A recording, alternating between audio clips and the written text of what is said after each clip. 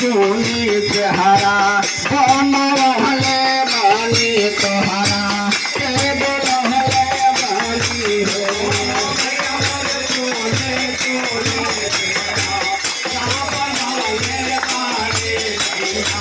के बोलवले बानी हो आई हो तुम्हें चूली चेहरा बनवले बानी रहुरा के बोलवले बानी हो मन मन चूली चूली चेहरा बनवले बानी रहुरा के बोलवले बानी हो अरे बाबा जी के पूत के बोलवले बानी पतरा बनवले बानी हो बाबा जी के पूत के बोलवले बानी पतरा बनवले बानी बाबा जी के पूत के बोलवले बानी पतरा बनवले बानी हो बाबा जी के पूत के बोलवले बानी पतरा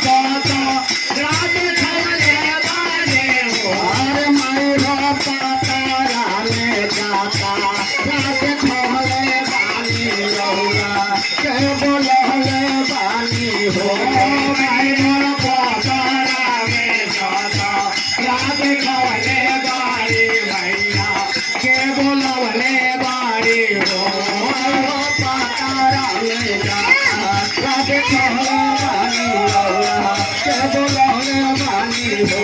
मायरा पतरा ले जाता रात खोले बानी भैया के बोलवले बानी अरे भाइयों हिंदू के बोलवले बानी ढोल को बोलवले बानी हो भाइयों हिंदू के बोलवले बानी ढोल को बोलवले बानी हो माई हो भाई लोग से मांगा लगवले बानी रहुरा के बोलवले बानी हो माई लोग से बोलवले बानी